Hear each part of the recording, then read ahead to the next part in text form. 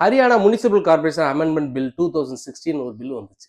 அதுல சிறப்பு அம்சங்கள் என்னன்னா, அந்த லோக்கல் பாடி எலெக்ஷன்ல நிக்கிறவங்க அவங்களுக்கு குறைஞ்சபட்சம் எஜுகேஷன் குவாலிஃபிகேஷன் இருக்கணும் அப்படின்னு சொல்லிச்சு. அதாவது ஜென்ரல் கேட்டகரினா 10th, லேடிஸ் அப்படின்னா அவங்க வந்து 8th குறைஞ்சபட்சம்.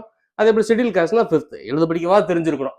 ரெண்டாவது அவங்க இபி பில் எந்த பில்லும் அரியர்ஸ் இருக்கக்கூடாது, ஹவுசிங் பில் அரியர்ஸ் இருக்கக்கூடாது, கோஆபரேட்டிவ்ல வாங்கின எல்லா இது லோனையும் ப்ராப்பரா அவங்க கட்டியிருக்கணும். எல்லாத்துக்கும் மேல கிரிமினல் கேஸ் அவங்க மேல எதுவுமே இருக்கக்கூடாது, எதுலையுமே கன்விக்ட் ஆயிருக்கக்கூடாது.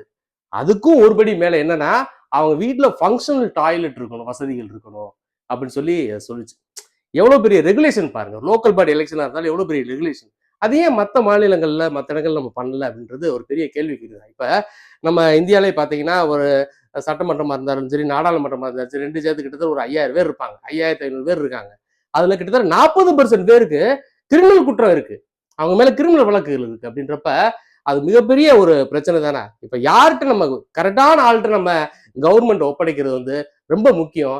இதை ஒரு பெர்சுவேசிவ் வேல்யூவை எடுத்துக்கிட்டு ஒரு யாரா இருந்தாலும் ஒரு பிஐஎல், அதாவது பப்ளிக் இன்ட்ரெஸ்ட் லிட்டிகேஷன் மனு யாராவது ஒரு வக்கீல் போட்டு தமிழ்நாட்டிலையும் வர எதிர்வரை உள்ளாட்சி தேர்தலில் இந்த மாதிரி ஒரு சட்டத்தை கொண்டு வரணும் அப்படின்னு சொல்லி நான் இது மூலமா கேட்கிறேன்.